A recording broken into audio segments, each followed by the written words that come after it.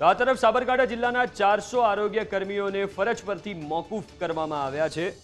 700 કરતાં વધુ આરોગ્ય કર્મચારીઓ હડતાળમાં જોડાયા છે। પડતર માંગને લઈને અચોક્કસ મુદતની હડતાળ પર ઉતર્યા છે કર્મચારીઓ। ખાતાકીય પરીક્ષાનું કારણ આગળ ધરીને કર્મચારીઓને ફરજ પરથી મોકૂફ કરાયા। મંડળના પ્રમુખ આશીષ બ્રહ્મભટ્ટ સહિત 400 કર્મીઓ ફરજ મોકૂફ તેમને કરાયા છે। એકાએક ફરજ મોકૂફ કરાઈ દેતા આરોગ્ય કર્મીઓમાં ભારે રોષ જોવા મળી રહ્યો છે। આરોગ્યના 400 જેટલા કર્મચારીને ફરજ મોકૂફીનો ઓર્ડર માન્ય જિલ્લા વિકાસ અધિકારી શ્રી અને માન્ય જિલ્લા આરોગ્ય અધિકારી શ્રી દ્વારા કરવામાં આવે છે।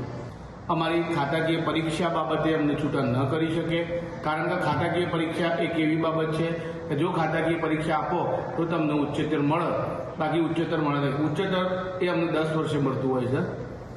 એ ઉચ્ચતરનો સમય પણ હજી મારો પૂરતો નથી। આ બિલકુલ ગેરવ્યાજબી કારણસર સાબરકાંઠા જિલ્લાના કર્મચારીઓને છૂટા કર્યા છે, એ વેલિડ નથી। જેના અનુસંધાને અમે કોર્ટ રાહે જવાનું થશે, કોર્ટ રાહે જઈશું।